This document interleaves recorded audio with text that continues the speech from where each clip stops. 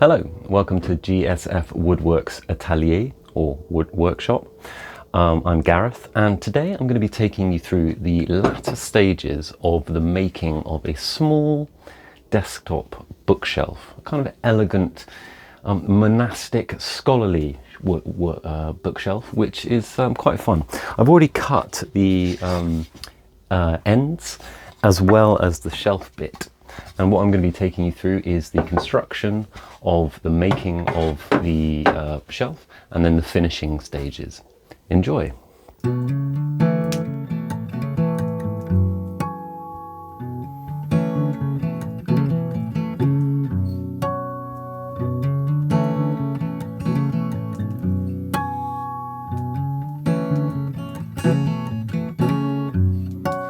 So I've been making this little shelf that I'm calling a kind of elegant desk book holder.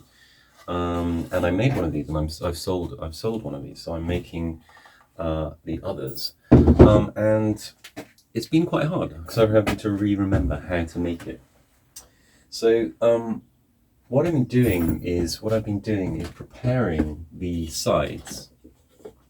Now this is just pine redwood that I bought recently, and I've been preparing the sides. And what I did is I chamfered the sides, the edges on both sides. So you can see there's a chamfer here, and then just a rounded edge here. So I've got two of these. In fact, what I'm doing is I'm making two at the same time.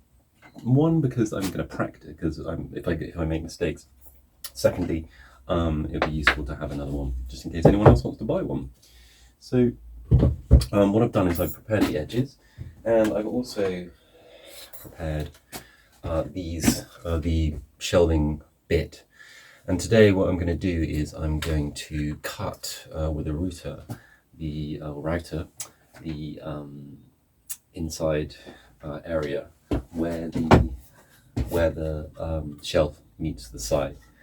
So I'm going to also show you what I'm going to do with that. This has been, these two have been glued and held overnight by clamps. And I'm going to take this off, and then I'm going to do some measurements.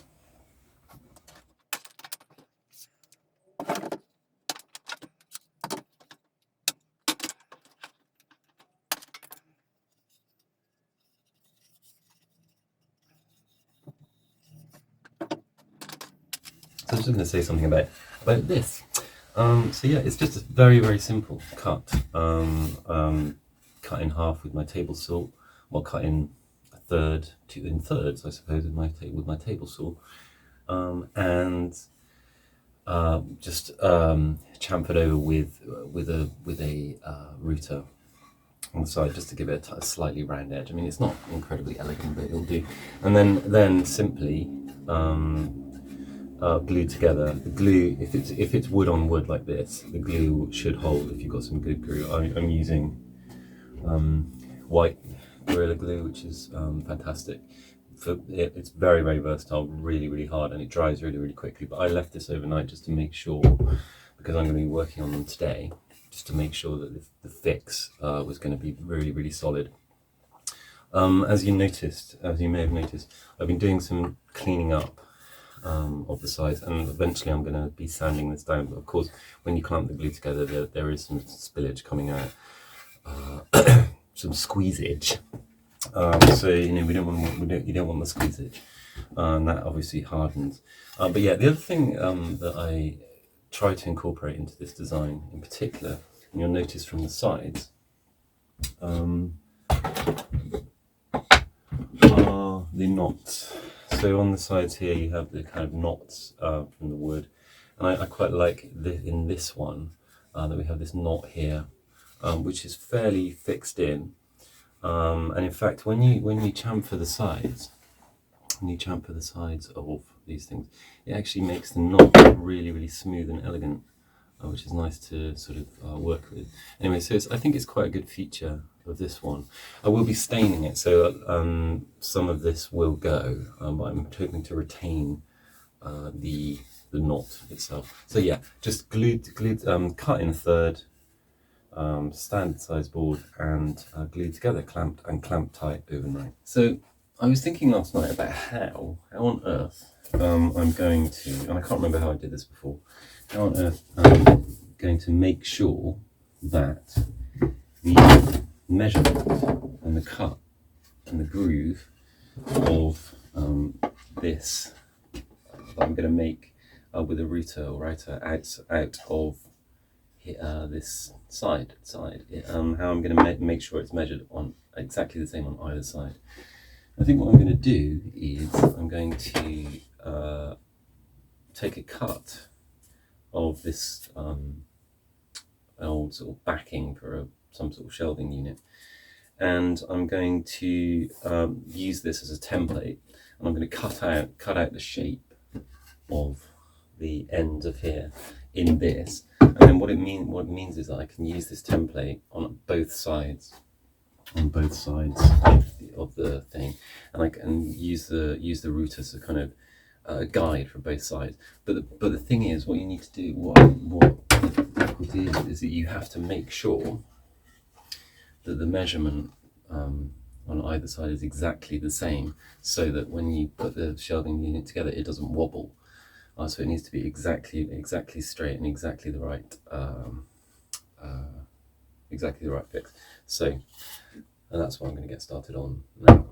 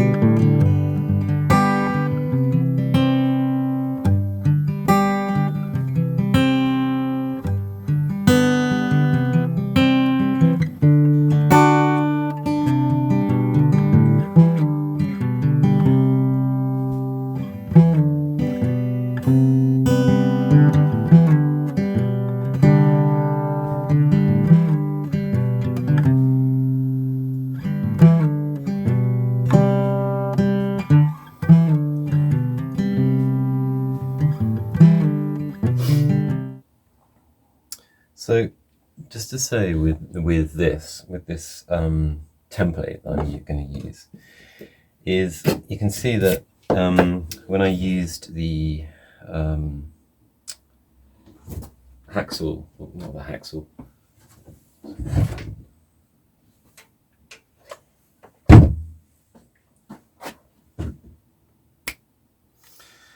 so just to say about this template that I'm doing, you can see when I use the jigsaw, I cut sort of quite roughly. It's a terrible jigsaw I've got, but anyway, I cut quite roughly. Now what I've done is neaten up the template with my chisels, or with the chisels, But you can see, you might be able to see, should be able to see close up that I've actually that's the outline of the shelf that I've drawn, and I've cut quite far away from the edges, along most of the edges here, because when I do the template, I'm gonna put the router bit sort of right a bit sort of hard up against this edge, and then go all the way around, and then I'm gonna finish. It needs to be it needs to be quite a bit smaller than the original shelf. But I'm going to finish it all by hand, with chisel, because the last time I did it, the router cut was all over the place, and so I want to make sure that I kind of keep it solid within this gap so that I can finish it by hand. It'll be a lot neater when the eventual shelf goes in.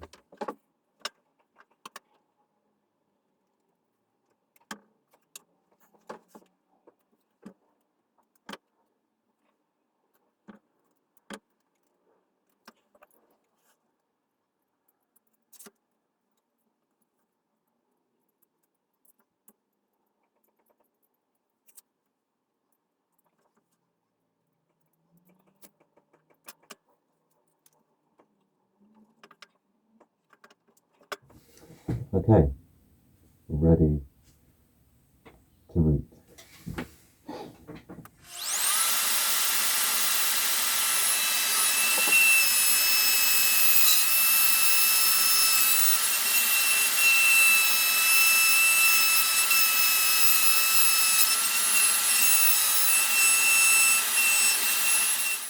Have to remember that this template needs to go on the other side because it's a mirror of the opposite, so that it sticks properly. When I first did this, and that's why Mr. Smiley Man exists, because I did it wrong.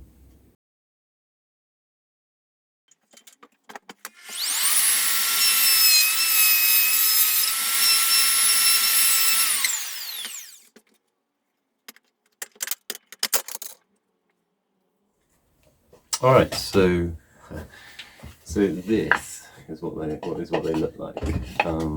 Just rawly routed, rawly routed.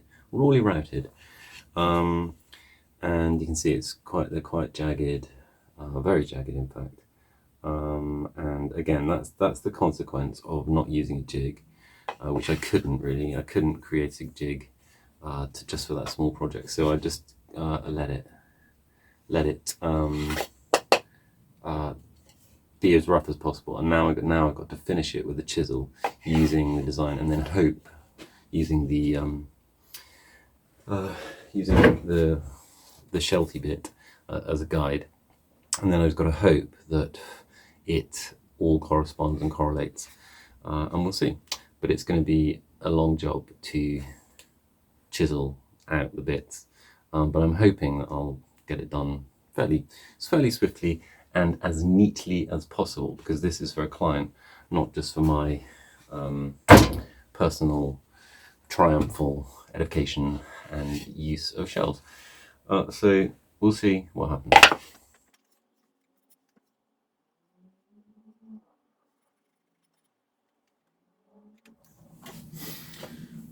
So what I'm doing here is making sure that the shelving unit covers every single cut I've made at the moment.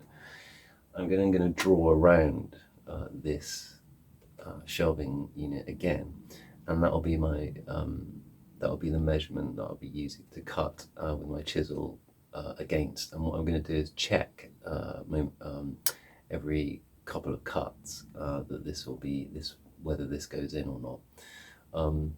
And then what I'm going to use is this first cut will be my measure for the next cut, because even though I've gouged it out with the router, there's still lots of possibility of like bad variation. So what I'll do is I'll take measurements and then make sure that the corresponding one on the other side is similar,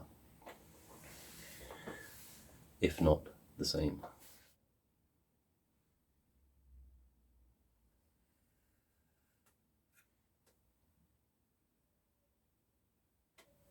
to use very light pencil marks because I don't want to dent into the fibres, because that's a pain in the arse to sand.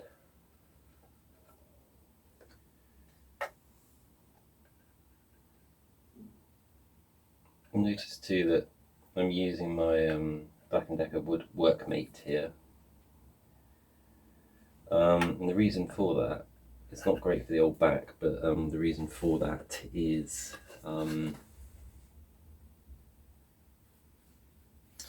that it's better for clamping, so I can come up through the middle with some of my clamps, and it's more useful. I'd like to be able to do it on my bench without having to lean like this, but for the time being it works. So I penciled this in now, and that's the outline of the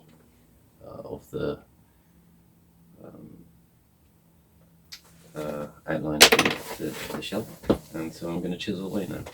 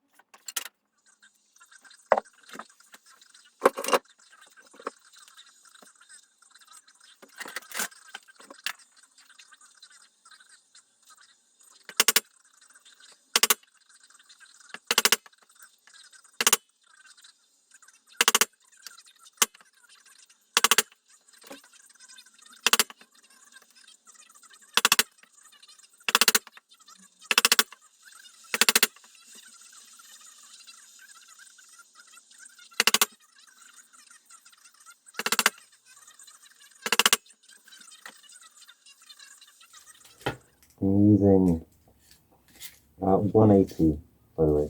It's great. I've got my mask on, so you can't really hear me that well. It's a great sanding paper by Norton, which I found in Wix.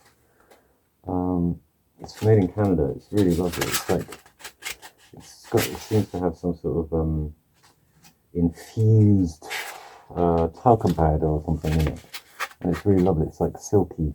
So it comes out. It sort of transfers in some ways to the wood.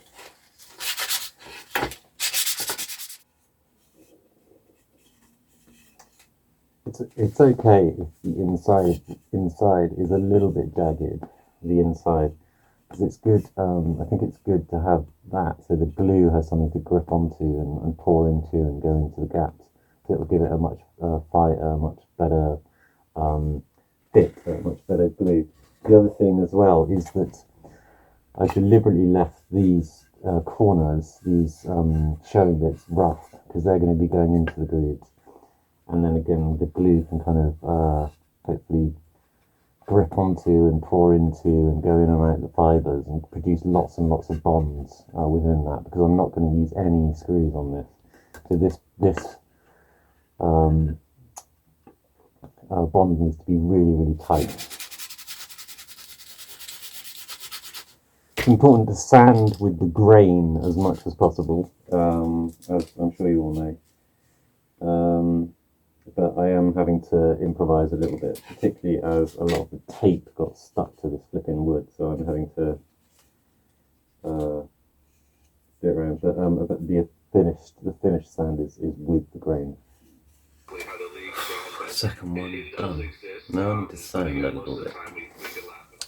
Right, I'm going to try a dry put together and see how that works now.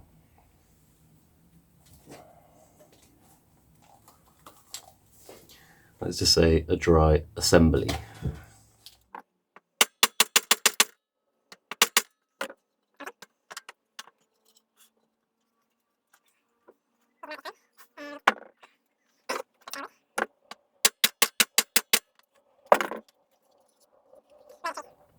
So it looks as if we have a little bit of a wobble. Let's put together. It's not huge, but what I'm going to do is I'm going to glue it up. I'm going to glue it up, and then sort of fiddle around with it with the clamps until it gets pretty rigid and not non-wobbly, and then let it dry. And then if it's still wobbling a little bit, I'll do some planing of the edges. But it looks fairly straight at the moment, and it is fairly straight. I mean, it's perfectly straight. So we'll have to see how it works when it glues together.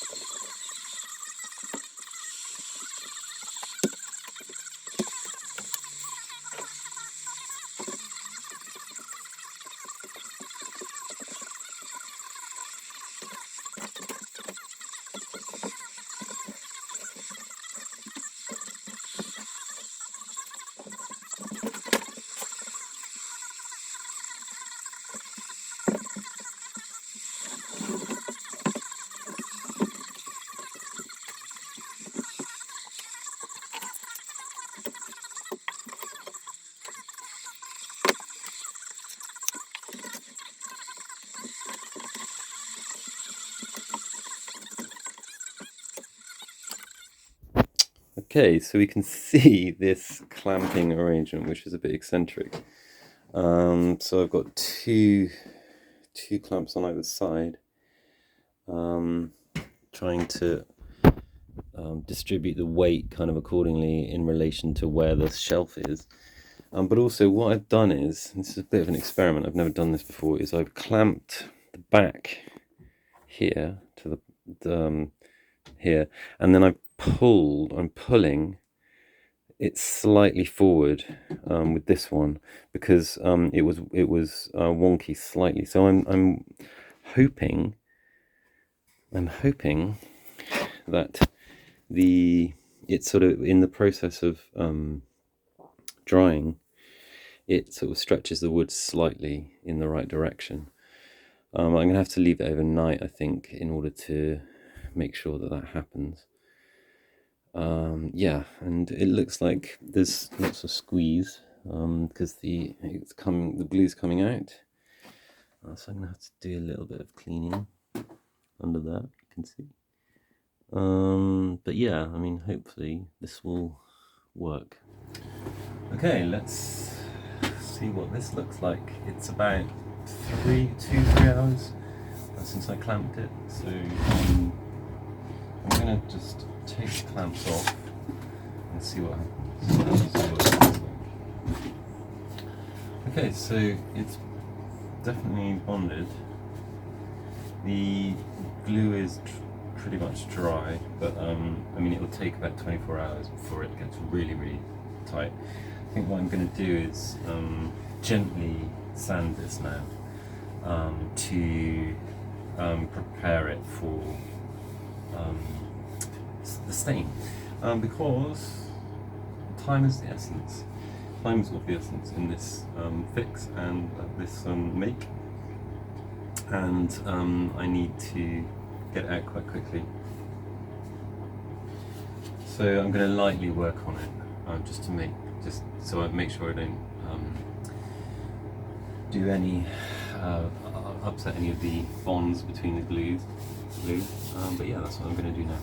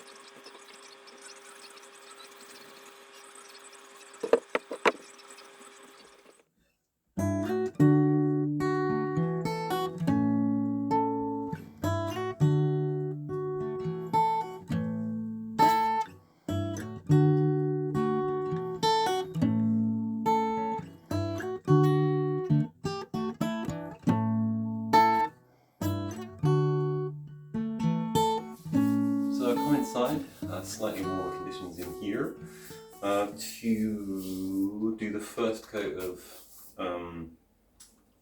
wood stain. I'm using Ronseal wood stain. It's actually for exterior woods. I'm sure it's not the most brilliant wood stain that that people would use for wood, but I've been using this stuff for years, well, for a few years now, outside, inside. And I think it's good. I mean, it's got pure polyurethane in it, so it's it has rainproof qualities. I think that if you give it 2, 3, 4 coats, sanding in between, and then apply a varnish afterwards, sometimes you don't even need the varnish. It comes up with a really, really smooth and dark, rich colour. So actually, I think it's a very, very good wood stain, and I've been using it for ages. So I've been stirring it to get the pigment right, and yeah, I'm just going to do the first coat of staining. Exciting.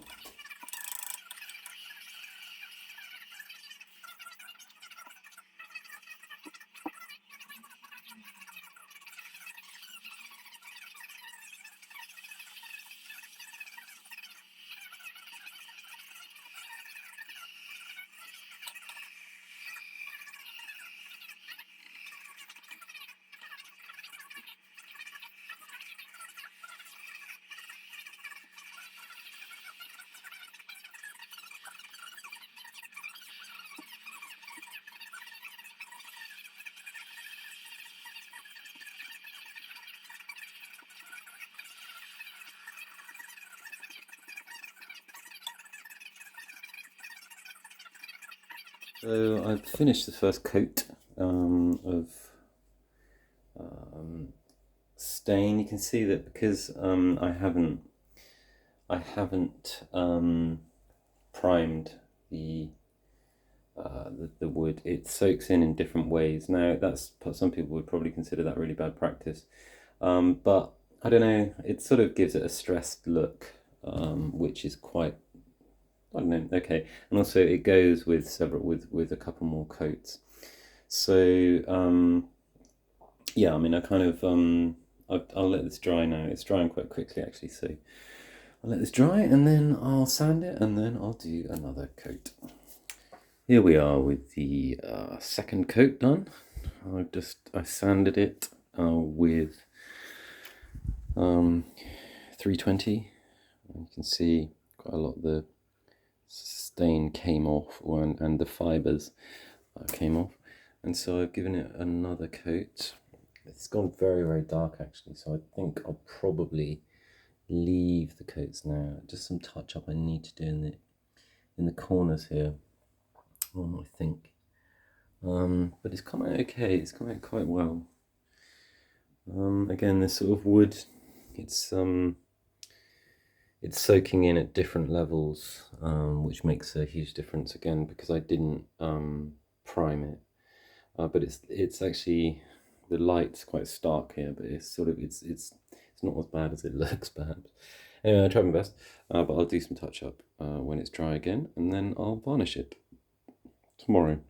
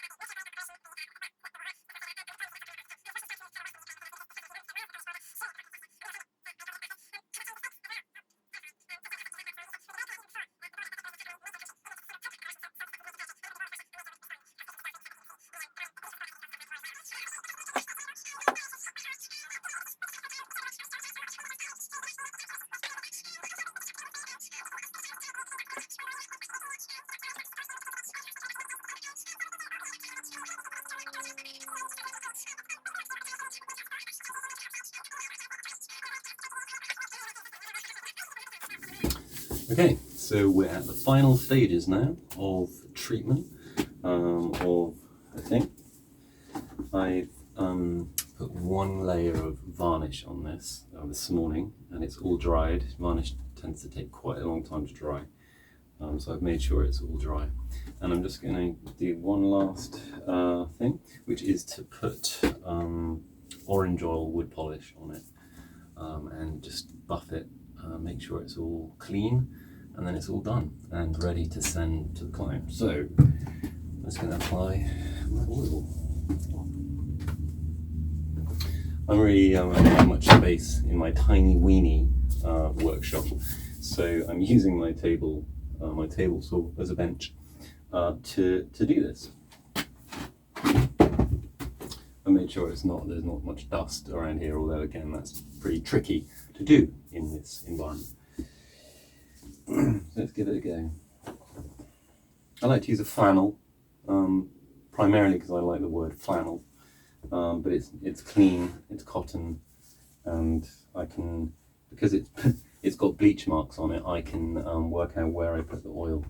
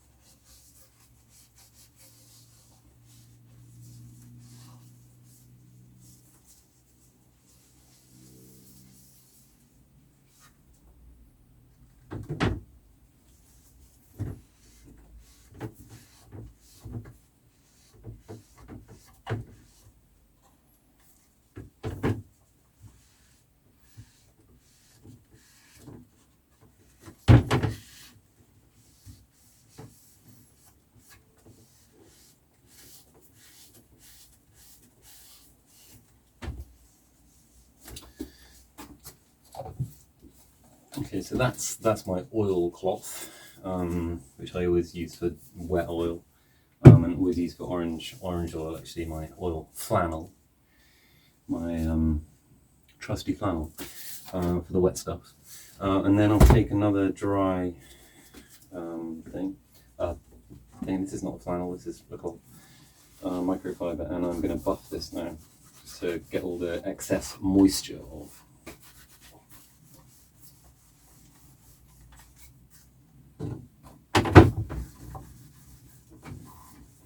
It's got a delectable orange smell to it, and I'm hoping when the client opens the package, the orange smell will sort of be lingering on there, and it'll be a nice accompaniment to the joy of opening, a sort of citrus celebration of a gift.